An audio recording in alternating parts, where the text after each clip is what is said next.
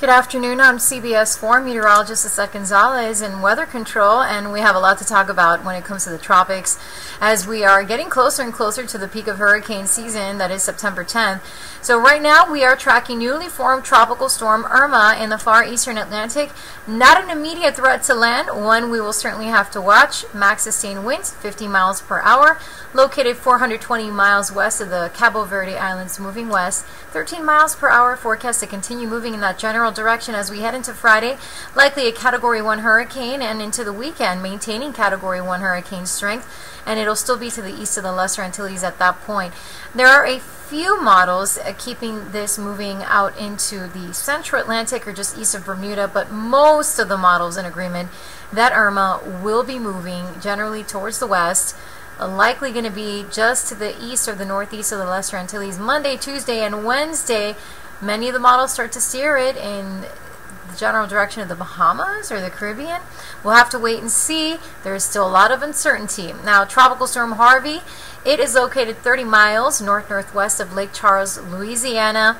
Still dealing with some catastrophic flooding here across parts of East Texas and Southwest Louisiana as it is moving north-northeast at 8 miles per hour. Max sustained winds 45 miles per hour, likely weakening to a depression as we get into tomorrow morning, Thursday, and maintaining depression status as we get into Friday as it moves across parts of Tennessee, Kentucky. It's not until Saturday that we see that this will finally become an area of low pressure, but not before dumping an additional 6 to 10 inches of rain for some areas, including extreme eastern Texas, western Louisiana, East Arkansas, western Tennessee, as well as Kentucky. Could see some flooding there, and across parts of the Gulf Coast states, including the Panhandle of Florida and into parts of Alabama and Georgia, could see 2 to 4 inches of rain. There's just a lot of moisture associated with Harvey, and we're continuing to see that it'll bring some gusty winds as well. Tropical storm warnings continue for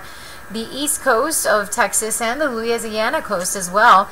We also have storm surge warnings in place for parts of the Texas and Louisiana coastline, as well as flash flood warnings and flash flood watches, because of the fact that we already had some areas see 30 to 50 inches of rain, especially in eastern Texas. And when you add any rainfall to that, we're going to see the potential for some more flooding for Texas and Louisiana especially. So we are keeping our thoughts and prayers with them, and of course we'll continue to watch Irma and anything else that develops in the tropics. All the updates right here, cbsmiami.com.